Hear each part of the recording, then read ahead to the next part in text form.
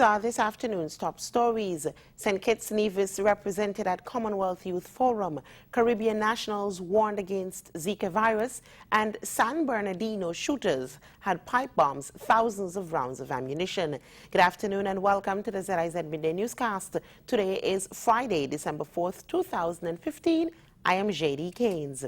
In national news, Nivision Joy Napier, who is also the Federation's Caribbean CARICOM Youth Ambassador, was among the more than 200 young people in St. Paul's Bay, Malta, for the November 21st to 25th Commonwealth Youth Forum, which was organized as part of the Commonwealth Heads of Government meeting, CHOGM.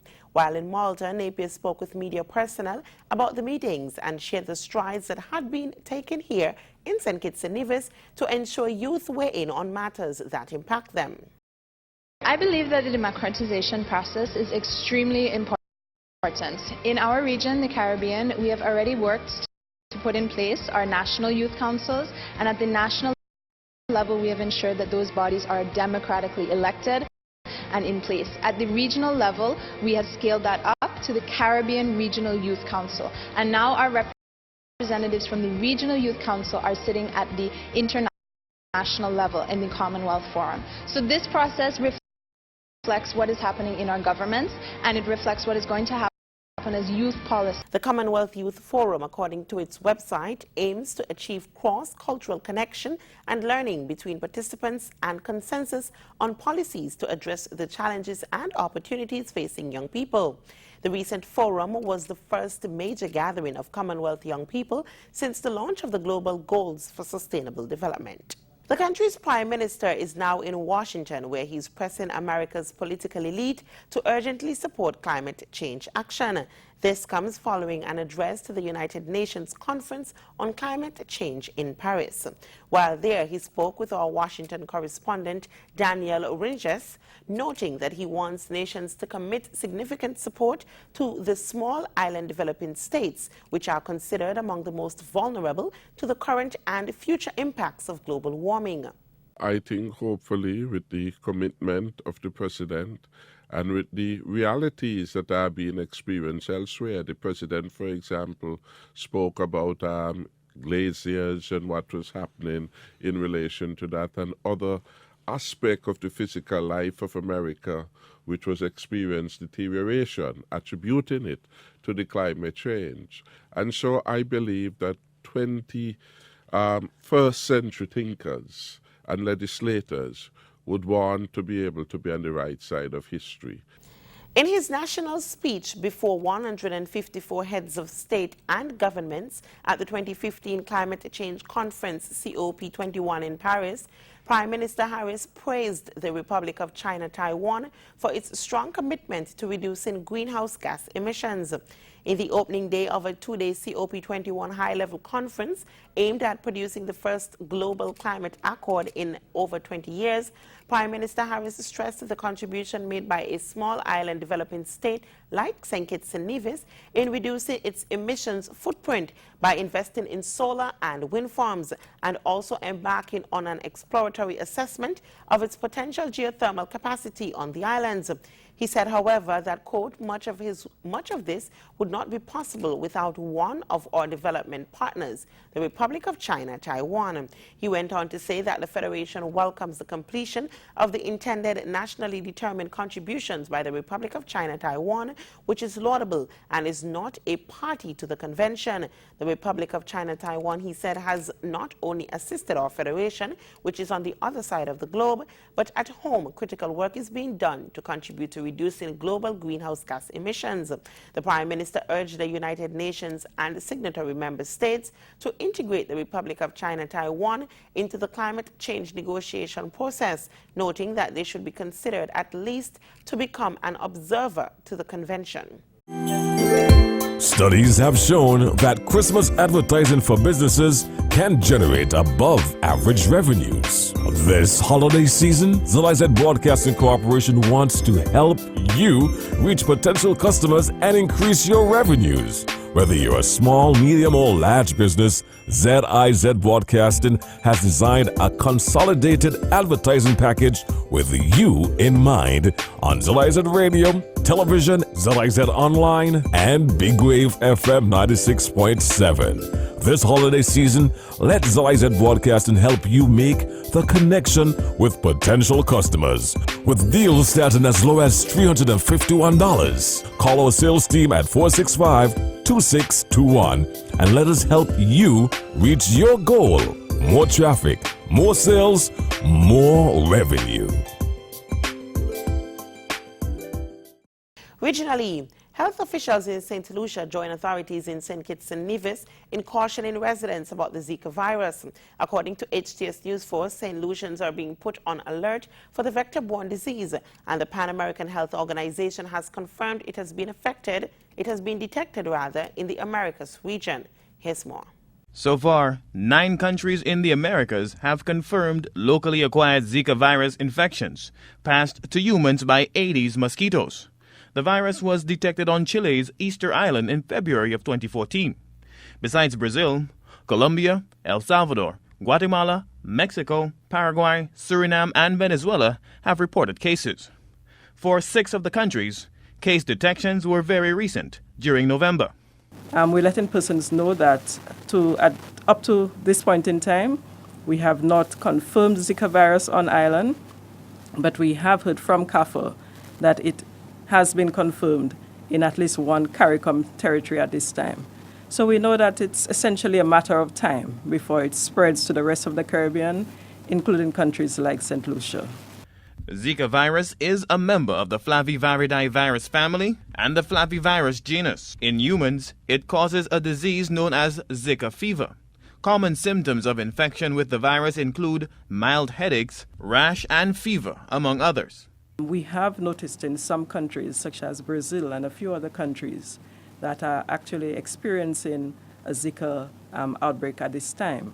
They have noticed an increased incidence of a congenital abnormality called microcephaly, which is really that in some cases, if a pregnant mother gets infected with Zika virus disease early in her pregnancy, during the time that the baby is developing in the womb, the baby can actually have an abnormality where the head is smaller than it should be.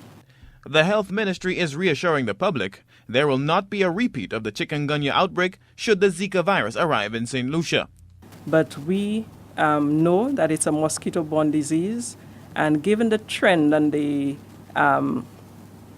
the situation that we had with chikungunya and the way that it spread throughout the Caribbean, we know that Zika essentially is going to follow a similar trend as we had with chikungunya. In the case of Zika virus, given that many persons who have it may not even know they have it, we anticipate that when it comes to St. Lucia, yes, it will meet a population that has never had it before, so we're susceptible, and we may very well get it once a mosquito bites us. But most persons who get it would probably not even have symptoms or would have very mild disease. Health officials are also urging the public to take precautionary measures. Rihani Isidore, HTS News Force. Capital News is reporting that the United States government continues to support Guyana's climate change efforts. Here's more.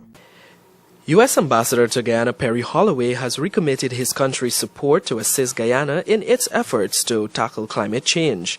Currently, Guyana is being represented at the 21st United Nations Climate Change Conference in Paris by Minister of Governance Raphael Trotman, along with other government officials.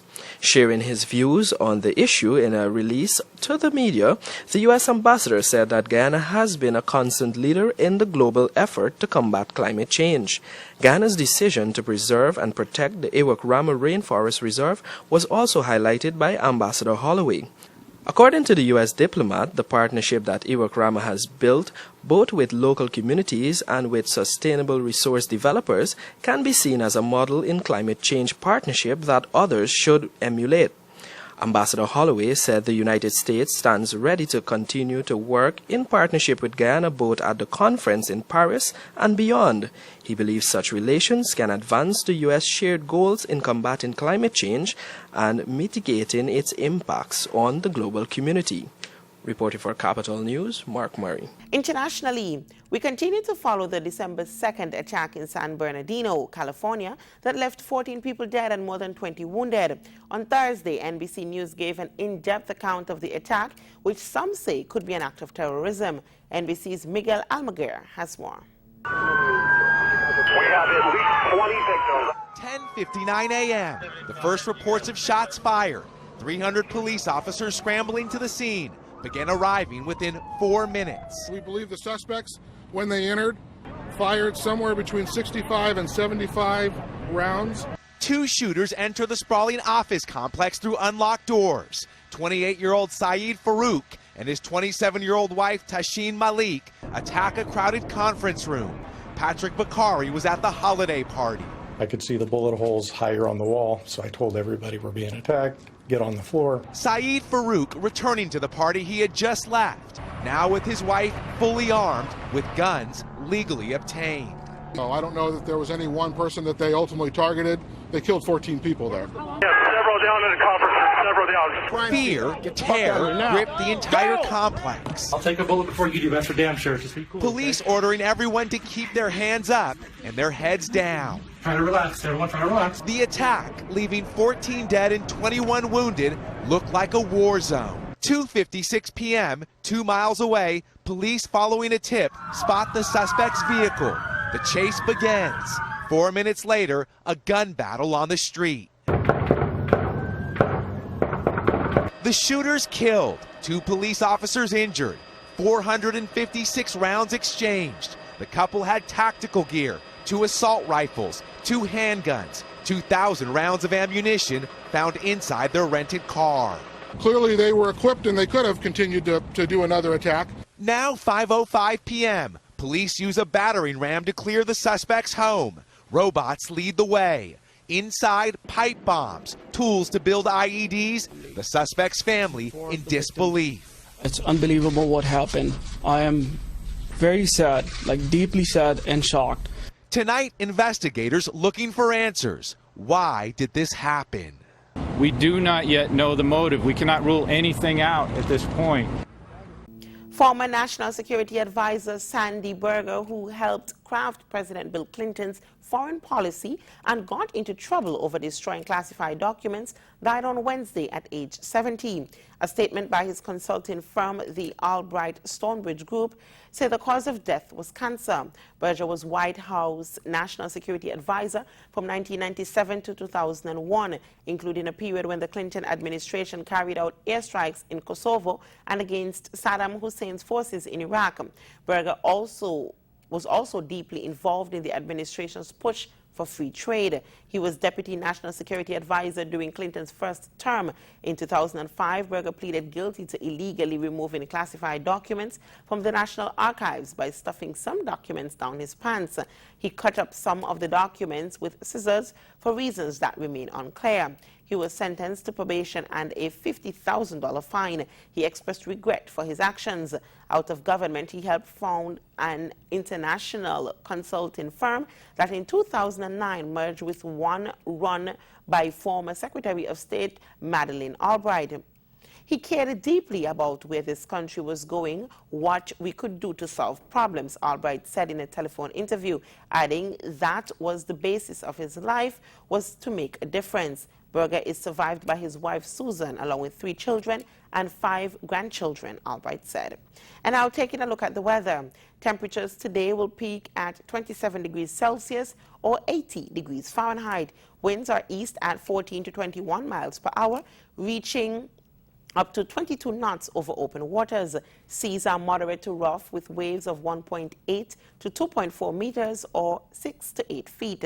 A warning remains in place for small craft operators and sea bathers.